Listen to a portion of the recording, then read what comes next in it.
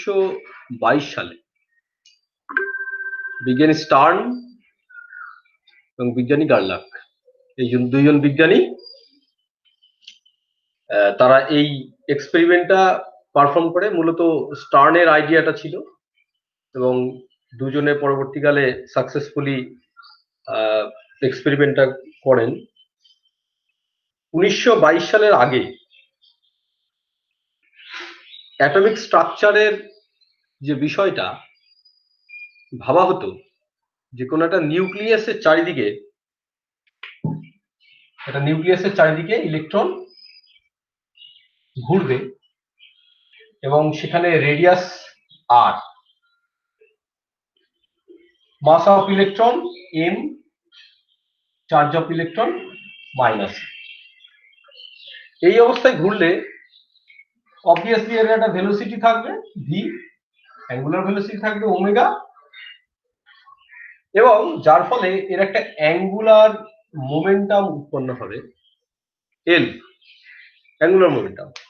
এই l angular মোমেন্টামকে বলা হচ্ছে অরবিটাল অ্যাঙ্গুলার মোমেন্টাম, যেহেতু এটা অরবিট থেকে ডিরাইভ করা হয়েছে, অরবিটের রেভলিউশন থেকে এটাকে ডিরাইভ করা হয়েছে। তাহলে angular momentum evolving from orbit is called orbital angular momentum. তখনও পর্যন্ত স্পিনের কনসেপ্ট ওখানে ছিল না। ইলেকট্রনের যে ইন্ট্রিনসিক স্পিন থাকে বা কোনো পার্টিকেলের, সাবঅ্যাটমিক পার্টিকেলের যে ইন্ট্রিনসিক স্পিন থাকে, সেরকম কনসেপ্ট তখনও ছিল না। বোরের আইডিয়া তখন ছিল যে অ্যাটমের নিউক্লিয়াসের, পজিটিভ নিউক্লিয়াসের চারিদিকে ইলেকট্রন ঘুরতে থাকে একটা নির্দিষ্ট অ্যাঙ্গুলার ভেলোসিটি নিয়ে, এবং তার অ্যাঙ্গুলার মোমেন্টাম কত হবে, মানে এল ইকুয়াল টু কত হবে, বোরের আইডিয়া থেকে সেটা জানা যায় যে এটা এইচ কাট অর্ডারের হবে এবং এইচ কাটের ইন্টিজার হবে। পরবর্তীকালে এটা সংশোধন হলো, দিয়ে বলা হলো না, এটা এরকম হবে L into L plus one, এটা হবে না, এটা হবে L into L plus one into H কাট, যেখানে এলটা হয়ে যাবে কোয়ান্টাম নাম্বার এবং যেটা ইন্টিজার হবে। মনে রাখো এটা কিন্তু ইন্টিজার, ইন্টিজার মানে এটার ভ্যালু 0, 1, 2, 3 এরকম হতে পারে। তোমরা দেখেছো যে এল ইন্টিজারের ভ্যালু 0 to n-1 পর্যন্ত চলতে পারে, 0 to n-1 এলটা। তাহলে সেক্ষেত্রে এই এল এর ভ্যালুও আমরা এখান থেকে বসিয়ে বসিয়ে পেতে পারি। যদি কেউ 0 বসায় এখানে তাহলে শুধু এইচ কাট হবে, যদি 1 বসাই তাহলে √2 এইচ কাট হবে, এটসেট্রা, এরকম চলতে থাকবে। এইবার আমরা যদি ম্যাগনেটিক ফিল্ড এর উপরে দিই বা ম্যাগনেটিক ইন্টারঅ্যাকশন আসে, তাহলে কি হবে?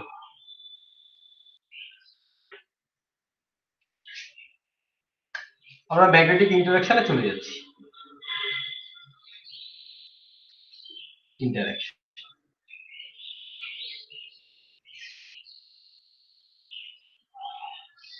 ম্যাগনেটিক ফিল্ড যদি অ্যাটমের সঙ্গে ইন্টারঅ্যাক্ট করে, তাহলে যেটা দাঁড়াবে সেটা হচ্ছে এই অ্যাঙ্গুলার মোমেন্টাম, এই এল এর ভ্যালু, এগুলো কিন্তু এল এর যে ওরিয়েন্টেশন বা অরবিটের যে ওরিয়েন্টেশন, সেটা যেমন খুশি তাই হতে পারবে না। ম্যাগনেটিক ফিল্ড ঠিক করে দেবে এবং কোয়ান্টাম নাম্বার ঠিক করে দেবে তার বা অরবিটের পজিশন কি থাকবে বা অ্যাঙ্গুলার মোমেন্টামের পজিশন বা লাইন আপ কি থাকবে, সেটা ডিপেন্ড করবে।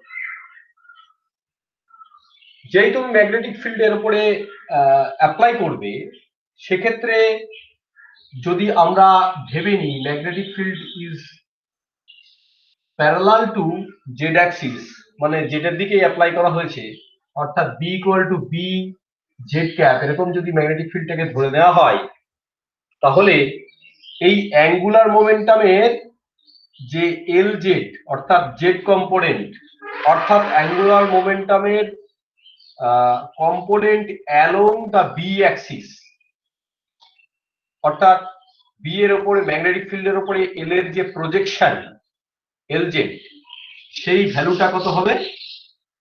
ml ইন্টু এইচ কারেন্ট, যেখানে mlটাকে বলা হচ্ছে একটা quantum number, magnetic orbital quantum number. এই কোয়ান্টাম নাম্বারটা -l থেকে 1 করে বাড়তে বাড়তে 0 হয়ে +l বা ম্যাক্সিমামের দিকে এটা যাবে। সুতরাং এই এলজেড এর ভ্যালু কতগুলো হতে পারে? এলজেড এর যে মাল্টিপ্লিসিটি, এটাকে বলা হয় মাল্টিপ্লিসিটি, মানে কত রকমের হতে পারে মাল্টিপ্লিসিটি, এটা হবে দেখতেই পাচ্ছ টুয়াইস l প্লাস 1, এতগুলো ভ্যালু ml নিতে পারে। তাহলে এলজেড এরও ভ্যালু কিন্তু ml এর যতগুলো ভ্যালু আছে এলজেড এর ভ্যালু ততগুলোই হবে ফর পার্টিকুলার এল।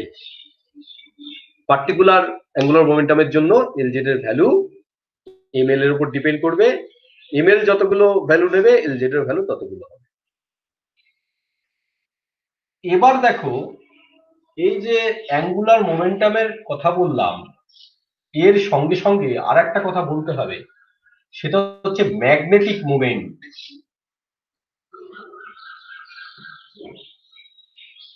ম্যাগনেটিক মোমেন্টের কথা বলতে গেলে আমরা প্রথমেই অরবিটাল ম্যাগনেটিক মোমেন্টের কথা বলে নিই, কারণ আমরা এখন অরবিটালটাই ডিরাইভ করছি। এবার অরবিটাল ম্যাগনেটিক মোমেন্ট, যেটা মিউ দিয়ে অনেক সময় লেখা হয়, অনেক সময় কেউ কেউ এম দিয়েও লিখতে পারে। তো এই এম এর সঙ্গে এই এম এক হয়ে যাওয়ার কারণে অনেকে মিউ লেখে। মিউ এম যাই হোক না কেন, এটাকে মিউ এল দিয়ে লিখছি আমি, যেহেতু অরবিটাল সেজন্য নিচে এল দিয়ে লিখছি। এটা যেভাবে ডিরাইভ করা হয় দেখো, এটা আমরা জানি যে এটা হবে I ইন্টু এ। আই মানে এখানে ইলেকট্রন যদি এফ ফ্রিকোয়েন্সিতে ঘোরে, তাহলে এই ইলেকট্রনটা খুব স্পিডে ঘোরে এবং তার ফলে এই অরবিটে একটা কারেন্ট তৈরি হয়, সার্কুলার কারেন্ট তৈরি হয়। এই সার্কুলার কারেন্টের ভ্যালুটা আই, আর এটা হচ্ছে area of the orbit which will be equal to pi r square. এবার আমরা জানি যে I equal to FQ হয়, it is the frequency of the electron, revolving electron, and Q is the electronic charge equal to -e, আর pi r square হচ্ছে area of the orbit. এক্ষেত্রে F এর ভ্যালুটা V/2πr হতে পারে, কারণ F equal to 1/t আর time period মানে হচ্ছে 2πr/v। এই পুরো পেরিফেরিটা 2πr আর v হচ্ছে ইলেকট্রনিক স্পিড, তাহলে টাইম কত লাগবে 2πr/v। উল্টে গেলে এটা যখন তুমি উপরে নিয়ে যাবে v/2πr হয়ে যাবে f, electronic charge -e into pi r square. এখানে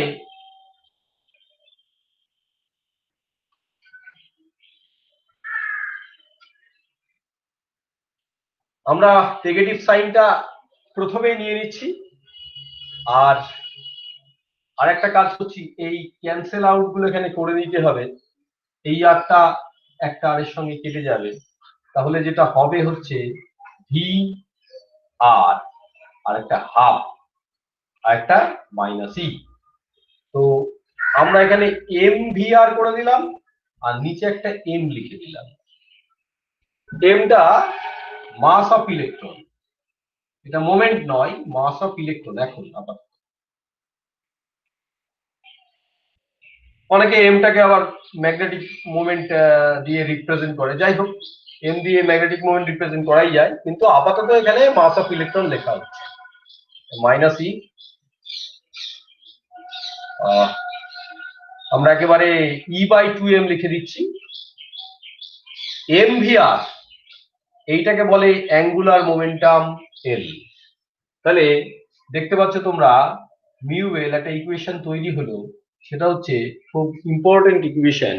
mu L orbital magnetic moment আর অ্যাঙ্গুলার মোমেন্টামের মধ্যে সম্পর্ক কত দিয়ে গুণ করা আছে? ফ্যাক্টর, কনস্ট্যান্ট ফ্যাক্টর দিয়ে গুণ করা আছে E/2m। আর নেগেটিভ কেন? নেগেটিভ ইলেকট্রনের চার্জ নেগেটিভ বলে এরকম অবস্থা হয়েছে। এবং কেউ যদি ভেক্টরিক্যালি ভাবে তাহলে বুঝতে হবে যে এই এল আর এই মিউ এল অর্থাৎ অ্যাঙ্গুলার মোমেন্ট আর ম্যাগনেটিক মোমেন্ট এই দুটো অপোজিট ডাইরেকশনে আছে, এরকম ধরে নিতে হবে।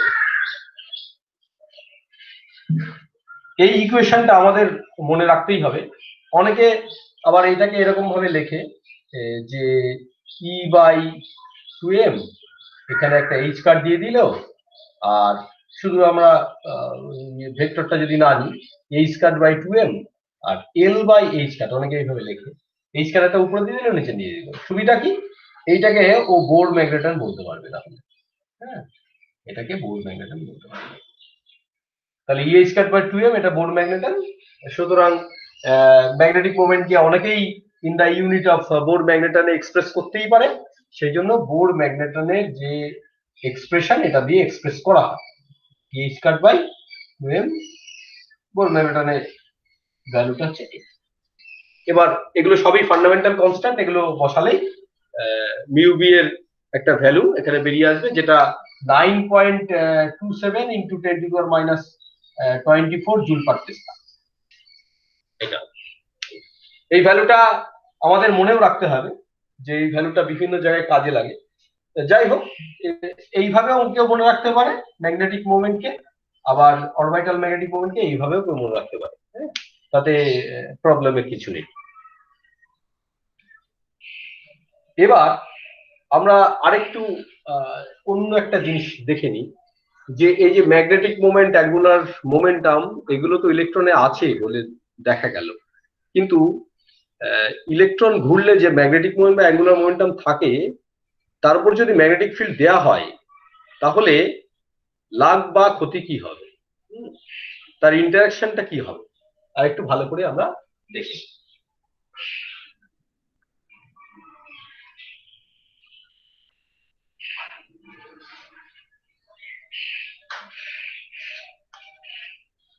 কোন অরবিটের উপরে, এই যে অরবিট, ইলেকট্রনিক অরবিট, এটা দেখা গেল যে এটা অ্যাঙ্গুলার মোমেন্টাম, ঠিক উল্টো দিকে কি থাকবে? Magnetic moment mu L. আর ম্যাগনেটিক ফিল্ডটা ধরে নেওয়া হচ্ছে জেড অ্যাক্সিসের দিকে, কনভেনশনালি ধরে নেওয়া হয় জেড অ্যাক্সিসের দিকে অ্যাপ্লাই করা হয়েছে। তাহলে ম্যাগনেটিক ফিল্ডটা উপরের দিকে অ্যাপ্লাই করা হয়েছে। ম্যাগনেটিক ফিল্ড উপরের দিকে অ্যাপ্লাই করলে কি হবে? একটা টর্ক পড়বে এর উপরে, টর্ক। সেই টর্কটা কত? Tau equal to mu cross B. আমাদের ইলেকট্রিসিটি ম্যাগনেটিজমে পড়েছিলাম যে ম্যাগনেটিক টর্ক হয় এম ক্রস বি। তো এমটাকে এখানে মিউ লেখা হচ্ছে মিউ ক্রস বি। আমরা যেহেতু অরবিট নিয়ে কাজ করছি তাহলে এখানে মিউ এল ক্রস বি লিখতেই পারি আমরা। এল ফর, এলটা কি বোঝানো হচ্ছে? অরবিটালটা, অরবিটাল অরিজিনটাকে এখানে রিপ্রেজেন্ট করা হচ্ছে এল। এবার আমরা এই মিউ এল এর ভ্যালুটা লিখে দেবো এখানটায়, minus E L by twice M cross B.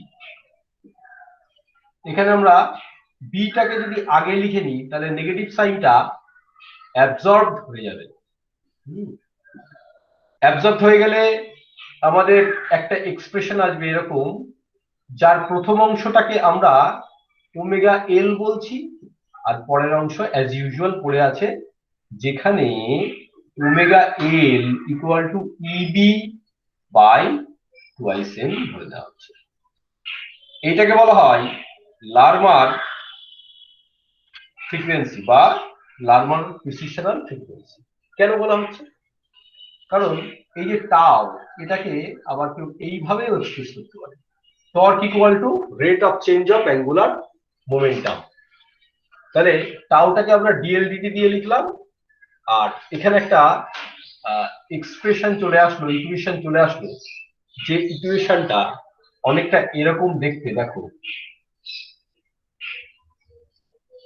V equal to omega cross R. আমরা সবাই জানি একটা রেডিয়াস ভেক্টর যদি ওমেগা অ্যাঙ্গুলার ভেলোসিটিতে প্রিসিস করে, তাহলে তার অ্যাঙ্গুলার ভেলোসিটি লিনিয়ার ভেলোসিটির মধ্যে এই হচ্ছে রিলেশন।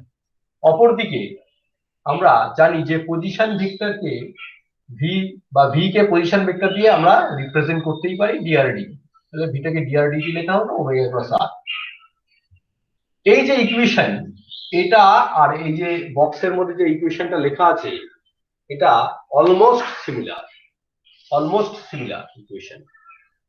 এবং আমরা জানি যে এখানে আর ওমেগা অ্যাঙ্গুলার ভেলোসিটিতে প্রিসিস করে।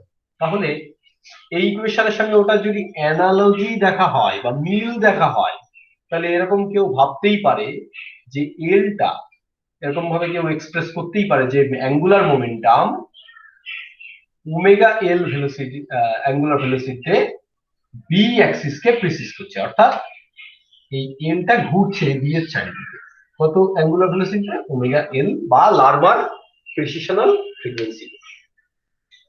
কেন ঘুরছে? তার কারণ হচ্ছে ম্যাগনেটিক ফিল্ড, তার কারণ হচ্ছে ম্যাগনেটিক টর্ক। তাহলে কোনো একটা অবজেক্টের উপরে যদি টর্ক অ্যাপ্লাই করা হয়, তাহলে সেই অবজেক্টটা যেরকম রোটেশনাল মোশন থাকে, এখানে ম্যাগনেটিক টর্ক দিয়ে আমরা দুটো জিনিসকে ঘুরিয়ে দিচ্ছি। এক তো এই যে ম্যাগনেটিক মোমেন্ট, যেটা সেই ম্যাগনেটিক মোমেন্টের উপরে একটা টর্ক করছে, সেটা ঘুরছে। আর ম্যাগনেটিক মোমেন্ট যদি ঘুরে, তাহলে এল কে তো ঘুরতেই হবে, কারণ মিউ এল আর এল এর ডাইরেকশন ঠিক উল্টো। এটা যদি এই দিক দিয়ে ঘোরে, তাহলে ওটা উল্টো দিক দিয়ে ঘুরতে হবে। তাহলে একই রকম ভাবে মিউ এল লারবার প্রিসিশনাল ফ্রিকোয়েন্সিতে ঘুরবে, সঙ্গে সঙ্গে এল উল্টো দিকে লারবার প্রিসিশনাল ফ্রিকোয়েন্সিতে প্রিসিস করতে থাকবে। এটা হচ্ছে precessional frequency of angular momentum or magnetic moment. এটাকে বলা হচ্ছে লারবার প্রিসিশনাল ফ্রিকোয়েন্সি। এটা খুবই ইম্পর্টেন্ট, এটা আমাদের মনে রাখতে হবে। তো এইবারে আমরা আসি যে স্টার্ন এবং গার্লাক কি কাজ করেছিলেন। এখনো পর্যন্ত আমি স্পিনের কথা বলিনি। স্পিন যে স্পিনের কনসেপ্টটা যে কোথা থেকে আসে, সেটা বুঝতে গেলে আমাদের এই লারবার প্রিসিশনাল ফ্রিকোয়েন্সি আমাদের স্টার্ন গার্লাক এক্সপেরিমেন্টটা পড়তে হবে।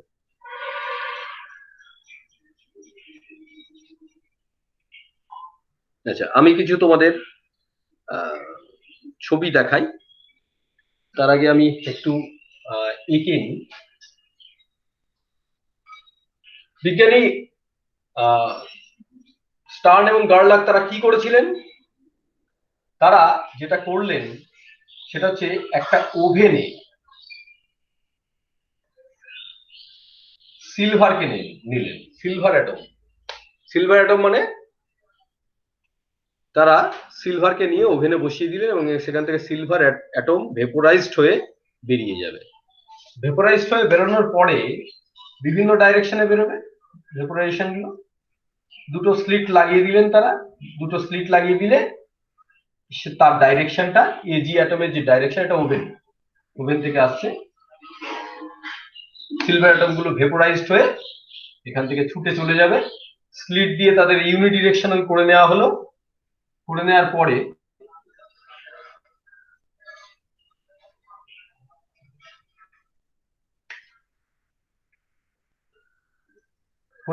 এটা হচ্ছে ইনিশিয়াল ডাইরেকশন, এটি ডাইরেকশন থাকবে। এখানে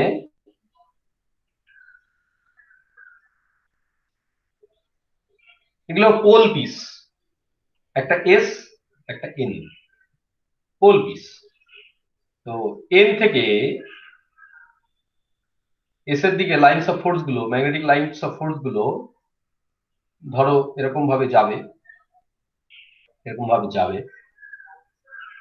উপরের যে ডাইরেকশনটা সেটা জেড ডাইরেকশন নেওয়া হচ্ছে, আর এদিকে এক্স অ্যাক্সিস নেওয়া হচ্ছে, আর towards the reader Y axis ধরে নেওয়া আছে। এখানে একটা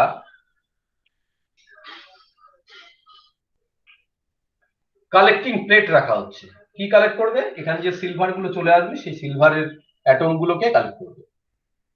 কালেক্টর প্লেট এর উপরে ডিপোজিট হবে, এটা ঠান্ডা রাখা হবে, ঠান্ডা হলে এখানে ডিপোজিট গুলো বসতে সুবিধা হবে। যাই হোক, এখানে আসছিল সরু জায়গা দিয়ে, কিন্তু এই ম্যাগনেটিক ফিল্ডটা কি করবে? এই অ্যাটম গুলোর উপরে, এজি অ্যাটম গুলোর উপরে একটা ফোর্স অ্যাপ্লাই করতে পারবে। ফোর্স কেন অ্যাপ্লাই করবে সেটা একটু পরে বলছি। ফোর্স অ্যাপ্লাই করবে যার ফলে এই অ্যাটম গুলো কিন্তু ডিভিয়েট করবে, ডিভিয়েট করে করে তারা কালেক্টর প্লেটের উপরে বসে যাবে, ডিপোজিট হবে। সিলভার গুলো, সিলভার অ্যাটম গুলো গিয়ে ডিপোজিটে থাকবে। কেন? ম্যাগনেটিক ফোর্স এই সোজা যেতে দেবে না। যদি কেউ ম্যাগনেটিক ফিল্ডকে সুইচ অফ করতে পারে বা এখানে যে ম্যাগনেট গুলো লাগানো আছে তার পোল পিস গুলোকে সরিয়ে দিতে পারে, তাহলে সিলভার সোজাসুজি গিয়ে ডিপোজিট হয়ে যাবে এখানে। কিন্তু ম্যাগনেটিক ফিল্ডের প্রেজেন্সে অ্যাটম গুলো ডিভিয়েট করবে দুই দিকে, দুই রকম দিকে, একটা উপর দিকে একটা নিচের দিকে। এই দুই দিকে ডিভিয়েট করার জন্য এই কালেক্টর প্লেটে দুটো ডিপোজিট লাইন আসবে, দুইখানা ডিপোজিট লাইন আসবে। আমি এখানে একটা দাগ দিয়ে বা একটা স্ল্যাব দিয়ে বোঝাচ্ছি। এটা অ্যাকচুয়ালি এরকম ভাবে ভার্টিক্যালি রাখা হয়েছে এবং যার উপর ডিপোজিট হচ্ছে। সিলভার ডিপোজিশনটাকে লক্ষ্য রাখতে হবে। এই সিলভার ডিপোজিশনের ইন্টেন্সিটি ডিপেন্ড করবে কতক্ষণ তুমি এই এক্সপেরিমেন্টটা চালিয়েছো, অর্থাৎ টাইমের উপরে। যত বেশি টাইম তত বেশি এখানে যাবে। দ্বিতীয় আরেকটা ফ্যাক্টর হচ্ছে ইন্টেন্সিটি অফ দ্য বিম। এটা কত ইন্টেন্সিটিতে তুমি বার করেছো সেটার উপরে ডিপেন্ড করবে ডিপোজিট লাইনটা কত গাঢ় হবে বা কত বোল্ড হবে। এবার এই সিলভার অ্যাটম গুলো স্টার্ন এবং গার্লাক দুজন দেখলেন যে দুটো জায়গায় শুধুমাত্র দুটো আলাদা লাইনেই শুধু এরা ডিভিয়েট হচ্ছে। শুধুমাত্র নিচের দিকে চলে যাচ্ছে না, শুধুমাত্র উপরের দিকে যাচ্ছে না, নিচের দিকেও যাচ্ছে, উপরের দিকেও যাচ্ছে, এবং মোটামুটি সিমেট্রিক মাঝের লাইনের রেসপেক্টে। যেখানে উইদাউট ম্যাগনেটিক ফিল্ড যেখানে যেত, নো ম্যাগনেটিক ফিল্ডের জন্য যেখানে যেত তার রেসপেক্টে যতটা উপরে এবং ততটা নিচে ডিপোজিট হচ্ছে, মানে সিমেট্রিক্যালি হচ্ছে। এই হচ্ছে মোটামুটি এক্সপেরিমেন্টাল সেটআপ। কিন্তু কেন হচ্ছে এই স্টার্ন এবং গার্লাক তারা বুঝতে পারলেন না। এবার আসি ফোর্সের কারণটা কি। এই ফোর্সের কারণটা দেখো, আমরা জানি ম্যাগনেটিক টর্ক যেরকম থাকে ম্যাগনেটিক পোটেনশিয়াল এনার্জিও থাকে। ম্যাগনেটিক পোটেনশিয়াল এনার্জি হচ্ছে মিউ ডট বি, অর্থাৎ ওই যেটা মাইনাস এম ডট বি দিয়ে লেখা হয় সেটাই আমি মিউ ডট বি দিয়ে লিখছি এখানে। আর ফোর্স যেটা হয় সেটা হচ্ছে মাইনাস গ্রেডিয়েন্ট অফ ইউ। এবার এই যে ইয়েটা মানে ইউটা যদি এখানে লিখে দাও তাহলে দেখো নেগেটিভ সাইনটা চলে যাচ্ছে, তাহলে পজিটিভ। আমরা একটা কাজ করব, এখানে এই মিউ এর কোনো স্পেস ভ্যারিয়েশন নেই, অর্থাৎ মিউটা হচ্ছে অ্যাটমিক ম্যাগনেটিক মোমেন্ট। স্পেসের রেসপেক্টে এটার পরিবর্তন নেই বলে ধরে নেওয়া যায়। স্পেসটা এখানে বেশ বড়সড় এবং তার রেসপেক্টে ওই অ্যাটমগুলো প্রায় পয়েন্ট লাইট হিসাবেই ধরে নিতে পারো। তাহলে স্পেস ভ্যারিয়েশন কিন্তু এটা থাকবে না, তাহলে ডেরিভেটিভ অ্যাকচুয়ালি তোমার এই ডি এর উপরে হবে। তাহলে এখানটায় mu dot gradient of D. তুমি যদি কার্টেশিয়ান সরি এখানে এটা তুমি যদি কার্টেশিয়ান কোঅর্ডিনেট ইউজ করো তাহলে এটা এরকম হবে যে প্লাস সাইন হয়ে যাবে mu dot del B del X এই একটা কম্পোনেন্ট হবে, কম্পোনেন্ট হবে, একটা কম্পোনেন্ট, তিনটে কম্পোনেন্ট এখানে পাওয়া যাবে। Mu dot del B del Y, third component যেটা হবে মিউ ডট ডেল বি। এই তিনটে কম্পোনেন্ট এখানে হবে। আমি আই জে কে দিয়ে লিখছি না, এরকম ভাবে লিখছি, আই জে কে দিয়ে লিখতেই পারে কেউ। তাহলে তিনটে কম্পোনেন্ট যদি থাকে, তার মধ্যে আমরা এমন ভাবে ম্যাগনেটিক ফিল্ড বা স্টার্নগার্লাকে এমন ভাবে ম্যাগনেটিক ফিল্ড অ্যাপ্লাই করেছিলেন যে বি এর ভ্যারিয়েশন শুধুমাত্র জেড এর দিকেই থাকবে, অর্থাৎ B is a function of Z only. তাহলে জেড এর ফাংশন এক্স এর দিকে কোনো ভ্যারিয়েশন নেই, ওয়াই এর দিকে কোনো ভ্যারিয়েশন নেই, এইদিকে গেলে, এখান থেকে এখানে গেলে তোমার ম্যাগনেটিক ফিল্ড বাড়ে কমে না, বা ওয়াই এর দিকে গেলে খুব একটা বাড়ে কমে না। তো সেই ক্ষেত্রে এই গ্রেডিয়েন্ট যদি এক্স আর ওয়াই এর দিকে না থাকে বা ভ্যারিয়েশন যদি না থাকে, এগুলো জিরো হবে, আর শুধুমাত্র এই টার্মটা টিকে থাকবে। তাহলে এই টার্মগুলো জিরো হয়ে গেল, আর এটা হচ্ছে নন জিরো। তাহলে জেড কম্পোনেন্টের দিকেই একমাত্র ফোর্সটা, এখানে ফোর্সটার একটা ভেক্টর হবে, এই ফোর্সটা একমাত্র কোন দিকে থাকবে, যেহেতু বি এর ভ্যারিয়েশন জেড এর দিকে, সুতরাং বি এর গ্রেডিয়েন্ট জেড এর দিকে থাকার জন্য শুধু জেড এর অ্যাক্সিসের দিকে ফোর্সটা অ্যাপ্লাই হবে। অর্থাৎ অ্যাটম গুলো ডিভিয়েট হবে হয় পজিটিভ জেড অ্যাক্সিসের দিকে, নয় নেগেটিভ জেড অ্যাক্সিসের দিকে। ডিপেন্ড করছে কার উপরে, মিউ এর ভ্যালু গুলো কি আছে তার উপরে ডিপেন্ড করছে। এই মিউ বা ম্যাগনেটিক মোমেন্ট যদি অ্যাটমের দুই রকমের হয়, তাহলে দুটো লাইন পাওয়া যাবে। মিউ এর ভ্যালু যদি তিন রকমের হয়, তাহলে তিন রকমের ফোর্স অ্যাপ্লাই হবে, তিনটে লাইন পাওয়া যাবে। মিউ এর ভ্যালু যদি চার রকমের হয়, তাহলে চারটে লাইন পাওয়া যাবে। মিউ এর ভ্যালু যদি জিরো হয়, তাহলে সোজাসুজি গিয়ে ডিপোজিট হয়ে যাবে, কোনো ভ্যারিয়েশন বা ডিভিয়েশন পাওয়া যাবে না। এক্সপেরিমেন্টে দেখা গেল যে দুটো আলাদা আলাদা ডিপোজিট লাইন এখানে পাওয়া গেছে, সুতরাং মিউ এর ভ্যালু কত, এখানে মিউ এর কত রকমের ভ্যালু পজ করতে পারে মিউ, দুই রকমের। তো এই যে যতগুলো লাইন পাওয়া যাবে বা যত রকম ভাবে ডিভিয়েট করবে, সেইটাকেই বলা হচ্ছে মাল্টিপ্লিসিটি আলফা। মাল্টিপ্লিসিটি আলফা, তাহলে যতগুলো লাইন পাওয়া যাবে সেটাই হচ্ছে আলফা বলে তোমরা ধরে নিতে পারো। তাহলে এক্সপেরিমেন্টে কি বলছে, আলফা ইকুয়াল টু 2। এবার আমি এইটাই চলে আসি, এই যে মিউটা অ্যাকচুয়ালি এটা অরবিটাল ম্যাগনেটিক মোমেন্ট যদি হয়, তাহলে mu L equal to minus E by 2m into L. এটা ছিল ইকুয়েশন। এবার আমরা যদি এরকম বিটাকে ধরে নিই যে B is equal to B K cap, তার মানে শুধুমাত্র এখানে কে ক্যাপ আছে, অন্য কিছু নেই, তাহলে এই যে এক্স কম্পোনেন্টের তিনটে ডট প্রোডাক্ট করলে কিন্তু তিনটে টার্ম আসবে এখান থেকে। ফার্স্ট টু টার্ম মানে ওয়াই অ্যাক্সিস আর এক্স অ্যাক্সিসের জন্য যে টার্ম, যেহেতু bx আর by বোথ আর জিরো, ফার্স্ট টু টার্ম থাকবে না, তাহলে থার্ড টার্মটা থাকবে, এবং সেটা হবে ডট প্রোডাক্টের পরে মিউ জেড, বা খুব ভালো করে বললে মিউ এল জেড এবং ডেল বি ডেল জেড। আমরা কোনটা নিয়ে নিই, এক্সটা নিয়ে নিই এবং ওয়াইটা নিয়ে নিই। কেন? কারণ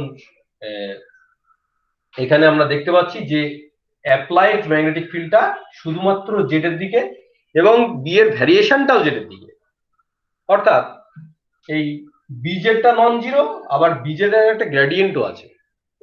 গ্রেডিয়েন্ট মানে বিজেড আস্তে আস্তে পরিবর্তন হয়, যত জেড এর দিকে যাব তত পরিবর্তন হবে। তাহলে আলটিমেটলি এই যে ফোর্সটা হলো, সেই ফোর্সটা কোন দিকে হলো, জেড এর দিকে হলো, এবং এই ফোর্সটা হলো mu L Z del B del Z. তাহলে আমাদের শুধু মিউ এল এ কাজ হচ্ছে না, মিউ এল জেড কে আমাদের কাজে লাগাতে হবে। Mu L Z. তাহলে mu L Z equal to কি? Minus E by two M L Z. এটা হচ্ছে, আমরা শুধু একটা করে জেড অ্যাক্সিস এর জন্য জেডটা আমরা ট্যাগ করে দিচ্ছি এর সঙ্গে। তাহলে এই হচ্ছে ম্যাগনেটিক মোমেন্ট। তাহলে ফোর্সটা কত হবে? ফোর্সটাও লিখে রাখি। ম্যাগনেটিক ফোর্স ইকুয়াল টু, ফোর্সের একটা ইকুয়েশন আমরা করেছিলাম, সেটা হচ্ছে এই মিউ এল জেড এর জায়গায় আমরা শুধুমাত্র এটা লিখে দেবো। তাহলে minus E by two M L Z del B L Z. L Z এর ভ্যালুটা কত মনে রাখবে? E by two M del B del Z. L Z এর ভ্যালু হয় M L into H current. এইটা M L into H current. M L এর value কত রকমের হয়?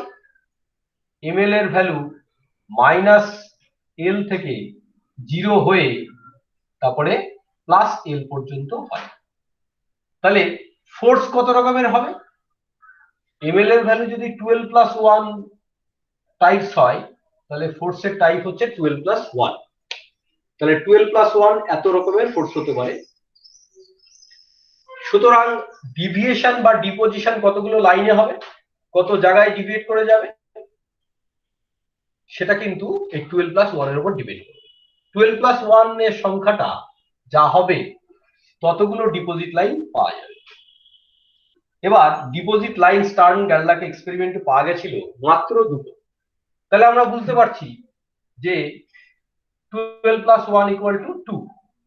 সেখান থেকে এল এর যে ভ্যালুটা আসে সেটা হচ্ছে হাফ। দেখো এখান থেকে ক্যালকুলেশন করলে এল ইকুয়াল টু হাফ চলে আসবে, হুইচ ইজ ইম্পসিবল। কারণ এল আমরা দেখেছি যে এল এর ভ্যালু সবসময় ইন্টিজার হবে, কিন্তু এখানে এল এর ভ্যালু চলে আসবে হাফ।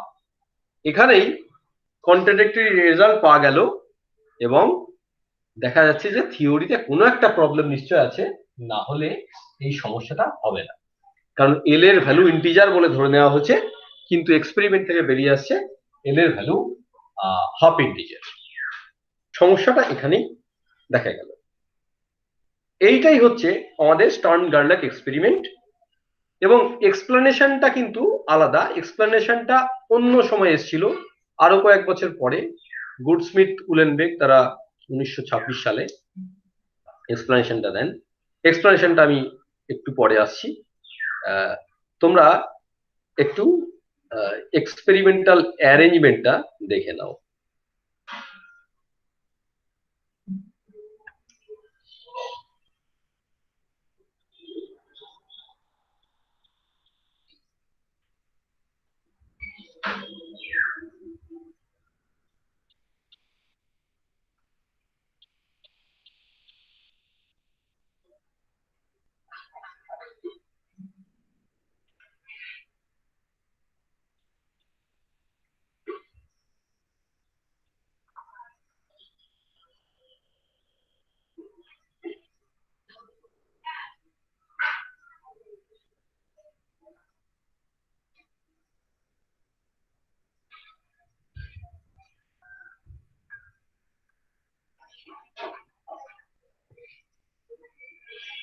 আচ্ছা, স্টার্ন গার্লাক এক্সপেরিমেন্ট ওর সমারফিল্ড থিওরিটা আমি মোটামুটি এক্সপ্লেন করেছি, এখানে বলে দিয়েছি যে এমএলটার ভ্যালু।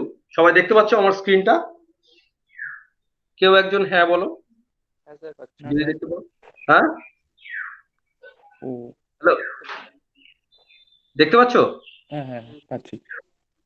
আচ্ছা, বোর সমারফিল্ড থিওরি, এটা বলার কিছু নাই, বলে দিয়েছি যে এল জেড কি হবে, এল কি হবে। এল এর ভ্যালু যদি 1 হয় তাহলে এল জেড হবে -1 0 +1। সেক্ষেত্রে এল জেড 3 রকমের হবে, মাল্টিপ্লিসিটি 3 হবে। আচ্ছা, এখানে স্টার্ন গার্লাক এক্সপেরিমেন্টে 1922 সালে যে এক্সপেরিমেন্ট করা হয়েছিল সেখানে ভ্যালুগুলো লেখা আছে। ম্যাগনেটিক ফিল্ডে দেখো এখানে লেখা আছে 0.1 টেসলা। গ্রেডিয়েন্ট মানে কি? পার সেন্টিমিটারে 10 টেসলা করে ভ্যারিয়েশন হচ্ছে। আচ্ছা, এখানে যে ডেল্টা জেড, এই ডেল্টা জেড হচ্ছে যদি ম্যাগনেটিক ফিল্ড অ্যাপ্লাই না করা হয় তাহলে যেখানে গিয়ে ডিপোজিট হতো, তার থেকে ম্যাগনেটিক ফিল্ড দেয়া হলে যেখানে গিয়ে ডিপোজিট হচ্ছে সেটাকে বলা হচ্ছে ডেল্টা জেড। অর্থাৎ যত দূরে গিয়ে এটা ডিভিয়েট হয়ে যাচ্ছে, কতটা ডিভিয়েট হলো সেটাকে বলা হচ্ছে ডেল্টা জেড। মানে ওই যে উপরের দিকে বেঁকে গেল, ডিভিয়েট হয়ে গেল, কতটুকু ডিভিয়েশন হলো জেড এর দিকে সেটাকে বলা হচ্ছে ডেল্টা জেড। ডেল্টা জেড এখানে পাওয়া গেছিল 0.22 মিলিমিটার। দুটো লাইন তারা দেখেছিল। দুটো লাইন কেমন দেখেছিল, তারা নিলস বোরকে ছবিও পাঠিয়েছিল। এই হচ্ছে তার পোস্ট কার্ড, মানে তখন পোস্ট কার্ডে লিখে পাঠাতো, এরকম ইন্টারনেটের যুগ ছিল না। তো এই হচ্ছে, এটা দেখো নিলস বোরকে চিঠি লেখা আছে, দেখো নিলস বোর লেখা আছে কোপেনহেগেন, পাঠানো হয়েছিল এটা স্টার্নগার্লাক এক্সপেরিমেন্টের যে এক্সপেরিমেন্টাল রেজাল্ট সেটা নিয়ে। চিঠির উল্টো পিঠটা দেখো তোমরা, যে লেটারটা ছিল পোস্ট কার্ড, সেই পোস্ট কার্ডের উল্টো দিকে দেখো, নিচে দেখো ডেটটা লেখা আছে 8/2/22। তা 22 মানে 1922। আচ্ছা, প্রথমে যে গোল সাইনটা দেওয়া আছে এটা হচ্ছে ওই কালেক্টর প্লেটের ওপরে যে ডিপোজিটটা হয়েছিল যখন ম্যাগনেটিক ফিল্ড দেওয়া হয়নি। প্রথমটা হচ্ছে নো ম্যাগনেটিক ফিল্ডের জন্য, প্রথম গোলটার মধ্যে একটা কালো স্পট দেখতে পাচ্ছ, ওইটা হচ্ছে সিলভার ডিপোজিট। কালো লম্বা ভার্টিক্যাল স্পট দেখতে পাচ্ছ সবাই, ওটা silver deposit for no magnetic field. অর্থাৎ মাঝখান দিয়ে চলে গেলে, দুটো ম্যাগনেটের পোল পিসের মাঝখান দিয়ে চলে গেলে যদি ম্যাগনেটিক ফিল্ড না থাকে, সুইচ অফ করতে পারো, যদি ইলেকট্রোম্যাগনেটিক হলে সুইচ অফ করা যাবে, সুইচ অফ করে দিলে মাঝখানে গিয়ে ডিপোজিট হয়ে যাবে। আর ম্যাগনেটিক ফিল্ড সুইচ অন করে দিলেই পরের ইয়েটা দেখতে পাচ্ছ যে টোটাল স্কেলিং এখানে করা আছে, দেখো 1 মিলিমিটার, 1 মিলিমিটার, হ্যাঁ 1.0 মিলিমিটার স্কেলিংটা করা আছে।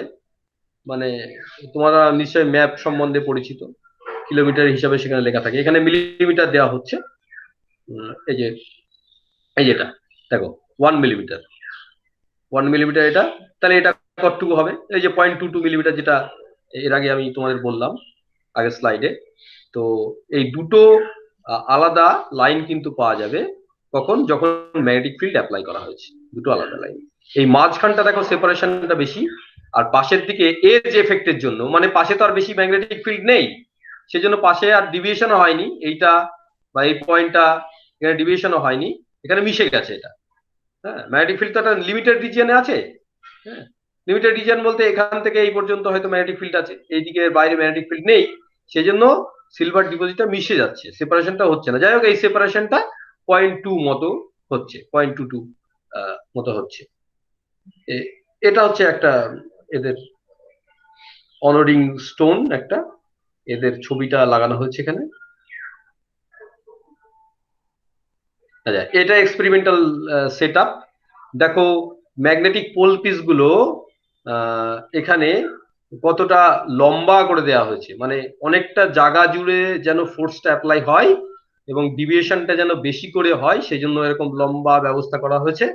এখানে দেখতেই পাচ্ছ যে এটা অনেকটাই লম্বা, পোল পিস দুটো, নিচেরটাই এস, উপরটা এন। আমি এখানে মনে উল্টো করে এঁকেছিলাম বোর্ডে, যাই হোক সেটা কোনো ব্যাপার না। এবার এইটা হচ্ছে ওভেন, এই যে এই জিনিসটা হচ্ছে ওভেন, এখান থেকে গরম করে সিলভারকে ভেপোরাইজ করে এই স্লিট গুলোর মধ্যে দিয়ে পাঠানো হচ্ছে। এই স্লিটটা পাঠানোর স্লিট গুলো কি করছে, জাস্ট কলিমিটারের কাজ করছে। এটা একটা সরু লাইন উৎপন্ন করছে, সিলভারের একটা গান উৎপন্ন করেছে, এবং প্রচন্ড জোরে সিলভার অ্যাটম গুলো ওভেন থেকে বেরিয়ে আসছে স্পিডে, এবং এই ম্যাগনেটিক পোল পিসের মধ্যে দিয়ে যাওয়ার সময় তাদের ফোর্স অ্যাপ্লাই হচ্ছে। ফোর্স অ্যাপ্লাই হওয়ার জন্য কিছু উপরের দিকে চলে যাচ্ছে, কিছু নিচের দিকে চলে যাচ্ছে। হ্যাঁ, এবং দুটো আলাদা লাইনে সেপারেশন হচ্ছে, কিন্তু এজের দিকে এখানে এবং এইখানে, এখানে তো ম্যাগনেটিক ফিল্ড নেই, এই জায়গাগুলো এখানে নেই, এখানে নেই, সে জায়গাগুলো কি হবে, মিশে যাবে। এই জন্য এটা আরেকটু ভালো ছবি দেখো তোমাদের, এই যে এজ এফেক্ট যেটা বলছিলাম, যে এইখানটায় অথবা এই পাশটার জন্য, এই পাশটার দিকে, এই পাশটার দিকে, এখানে তো ম্যাগনেটিক ফিল্ড নেই, এই জায়গাগুলোতে কম ম্যাগনেটিক ফিল্ড, সেক্ষেত্রে কি হবে, মিশে যাবে, এই জায়গাটা মিশে গেছে সেই জন্য। আর সেপারেশনটা মাঝে কেন বেশি হচ্ছে, কারণ ম্যাগনেটিক ফিল্ডটা এই মাঝেই বেশি পড়েছে, মেইনলি মাঝে পড়েছে এখানে। আচ্ছা, এটা ওই একই সেট আপ, এখানে একটা স্কিমেটিক ভিউ, একটা সেকশন করা হয়েছে এখানে।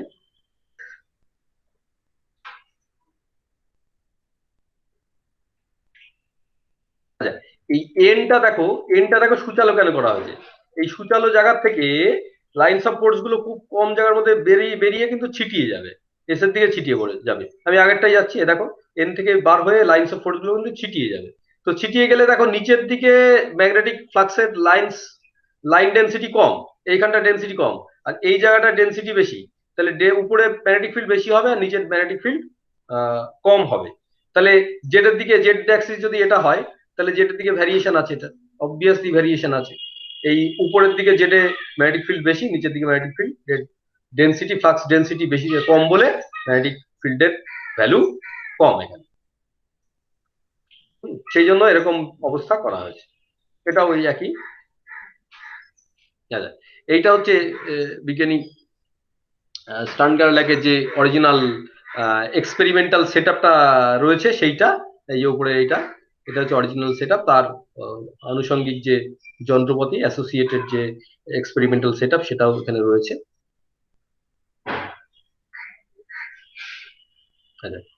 এই ইকুয়েশনটা আমি তো এর আগেই বলেছি তোমাদের, আলটিমেটলি এফ জেড যেটা হবে সেটা হচ্ছে এটা, এফ জেড এটা দাঁড়াবে।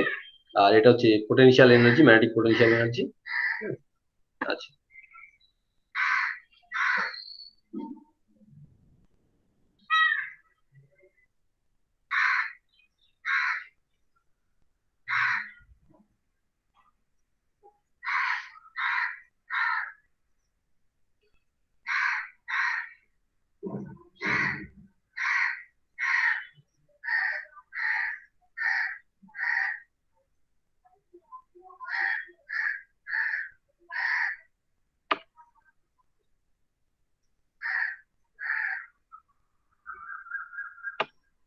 তাহলে এই যে এখানে লিপ শেপের একটা ডিপোজিট কিন্তু পাওয়া গেল।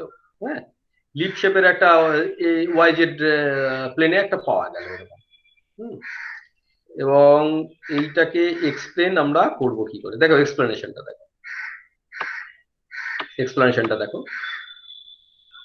শুধু অরবিটাল ম্যাগনেটিক মোমেন্ট দিয়ে আমরা এটাকে এক্সপ্লেন করতে পারবো না, কারণ অরবিটাল ম্যাগনেটিক মোমেন্ট থেকে আমরা এক্সপ্লেনেশন দিতে গেলাম, সেক্ষেত্রে দেখলাম যে এল এর ভ্যালু হাফ ইন্টিজার হয়ে গেল।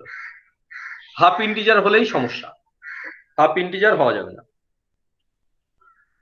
হাফ ইন্টিজার কেন হওয়া যাবে না? কারণ এল এর ভ্যালু এর আগে দেখা গেছে যে এল এর ভ্যালুটা ইন্টিজার ভ্যালু হয়।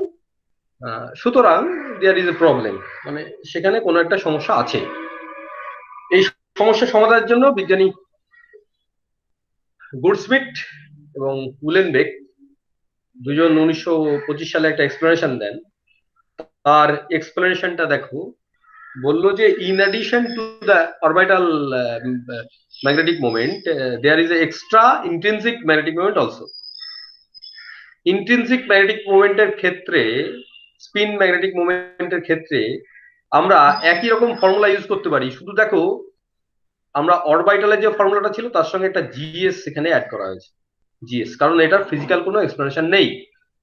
এটা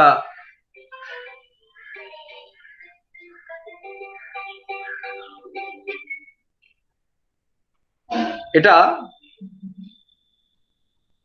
এই জিএসটা এক্সট্রা এখানে দেওয়া হয়েছে। আদারওয়াইজ এখানে মিউবিও ছিল, এল বাই এইচ কাট ছিল, আর এই এখানে মিউএল ছিল। মিউএল এর জায়গায় আমরা এম আর নিচে স্পিন ম্যাগনেটিক মোমেন্ট লিখেছি। এখানে শুধু জিএস বলে একটা এক্সট্রা টার্ম দেওয়া হয়েছে। এই জিএস এর value 2.0023, near about 2। Spin gyromagnetic ratio, আমরা ডিটেলস এখন এটা বলছি না। এটা মানে যেটা থিওরির সঙ্গে এক্সপেরিমেন্ট ফিট হবে সেই রকম একটা ভ্যালু এখানে নেওয়া হয়েছে। এখানে জিএসটা যদি না লেখো তাহলে এক্সপেরিমেন্টাল রেজাল্টের সঙ্গে এটা মিলবে না, সেই জন্য এই কনস্ট্যান্টটাকে ইউজ করা হয়েছে, যেহেতু এটা কোনো ফিজিক্যাল এক্সপ্লেনেশন নেই। যাই হোক, এখানে যেরকম বলা হচ্ছে যে অরবিটাল ম্যাগনেটিক মোমেন্ট থাকে, সেখানে স্পিন ম্যাগনেটিক মোমেন্টও থাকবে, এবং স্পিন ম্যাগনেটিক মোমেন্টের ভ্যালু হচ্ছে এই। হ্যাঁ, এবার সিলভার অ্যাটমের ক্ষেত্রে তাহলে টোটাল ম্যাগনেটিক মোমেন্টটা কি তৈরি হবে? অরবিটালটা যেটা আগে থেকে ছিল সেটা তো থাকবেই, এই যে এলটা যেটা আগে থেকে ছিল এটা তো থাকবেই, এর সঙ্গে কিন্তু স্পিন ম্যাগনেটিক মোমেন্ট যোগ করে টোটাল ম্যাগনেটিক মোমেন্ট এম, এখানে এম দিয়ে লেখা হয়েছে, আমি মিউ দিয়ে লিখেছিলাম বোর্ডে এর আগে, টোটাল ম্যাগনেটিক মোমেন্টটা তৈরি হবে এখানটায়। আচ্ছা, টোটাল ম্যাগনেটিক মোমেন্ট যদি তৈরি হয় সেরকম একই রকম টোটাল অ্যাঙ্গুলার মোমেন্টামও আছে। টোটাল অ্যাঙ্গুলার মোমেন্টাম কত হবে? ভেক্টরিক্যালি তোমাকে অরবিটাল অ্যাঙ্গুলার মোমেন্টাম আর স্পিন ম্যাগনেটিক মোমেন্ট এখানে যোগ করতে হবে, যোগ করে এখানে কিন্তু টোটাল অ্যাঙ্গুলার মোমেন্টাম তৈরি হবে। এবার সিলভারের ক্ষেত্রে কি হয়? সিলভারের ক্ষেত্রে এলটা কিন্তু জিরো হয়, সিলভার অ্যাটমগুলোর ক্ষেত্রে এলটা জিরো হয়, এলটা জিরো হয় এখানটায় সিলভার অ্যাটমের ক্ষেত্রে। তাহলে এলটা যদি জিরো হয় তাহলে টোটাল ম্যাগনেটিক মোমেন্টটা কত হবে, অ্যাঙ্গুলার মোমেন্টামটা কত হবে? এলটা জিরো, তাহলে জে ইকুয়াল টু এস হয়ে গেল। আর এম জে এর ভ্যালু সে ঠিক এম এল এর মতোই মাইনাস জে থেকে প্লাস জে পর্যন্ত হয়, তাহলে মাল্টিপ্লিসিটি কত হচ্ছে? Two J plus one, two J plus one হচ্ছে এখানটায়।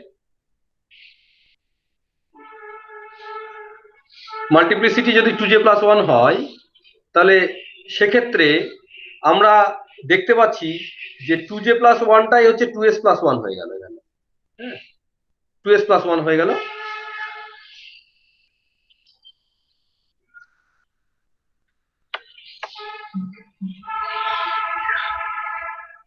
এবং টু এস প্লাস ওয়ান এর ভ্যালু কত?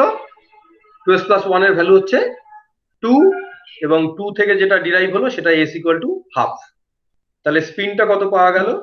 এখানে স্পিন পাওয়া গেল হাফ, তাহলে ইলেকট্রন স্পিন হলো হাফ। এখানে লোরেন্স ফোর্সকে ইগনোর করা আছে, লোরেন্স ফোর্সকে এখানে ইগনোর করা আছে। আচ্ছা,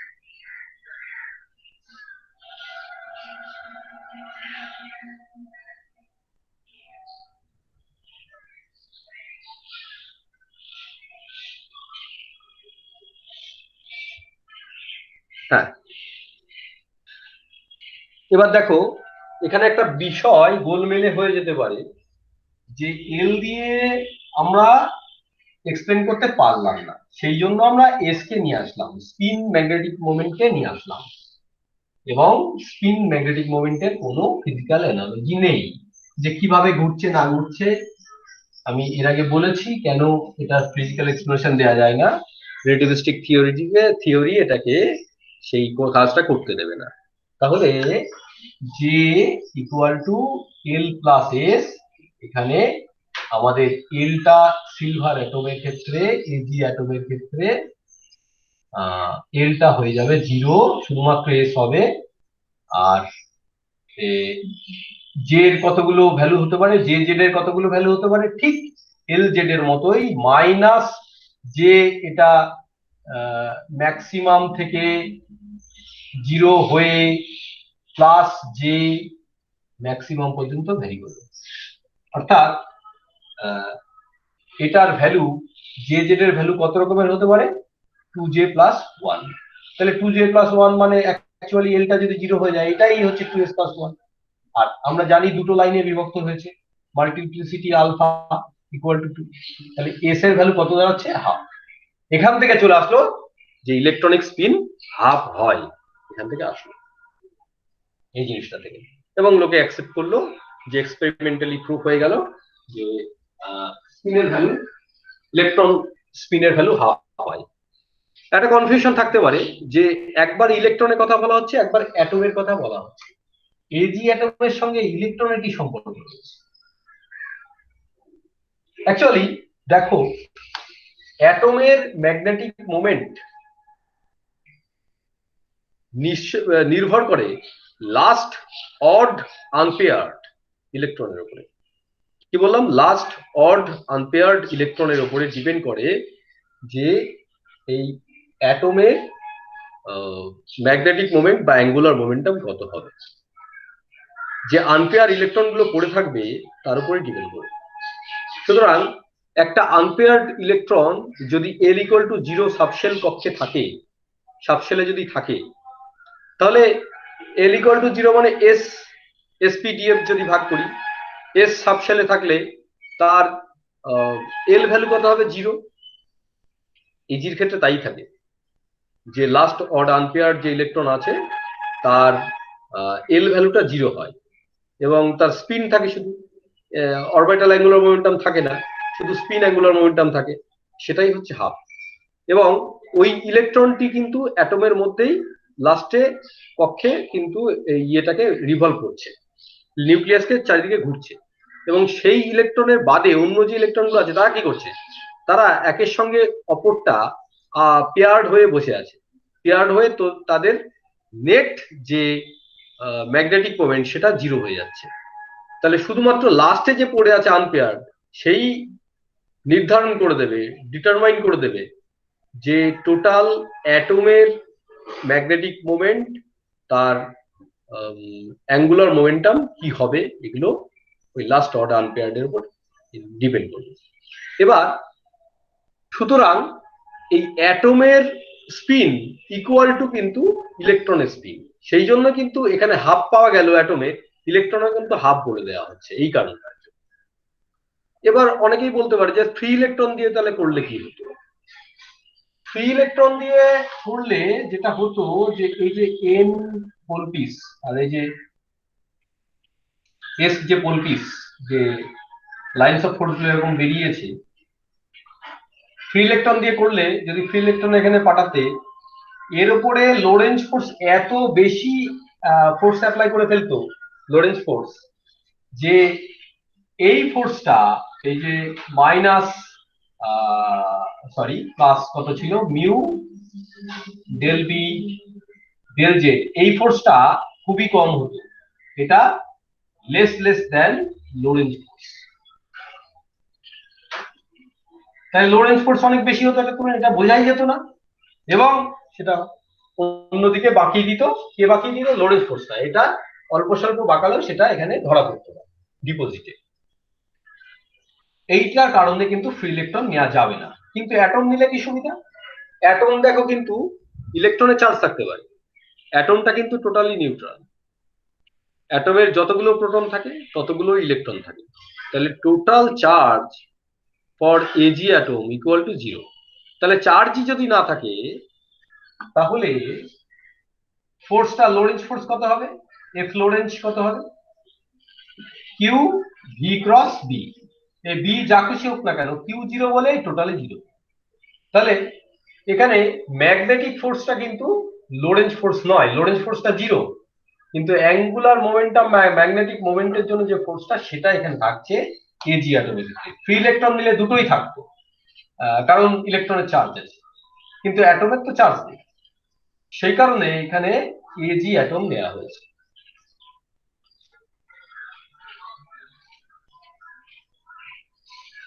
আচ্ছা, এই হলো মোটামুটি স্টার্ন গ্যারল্যাকের এক্সপ্লেনেশন।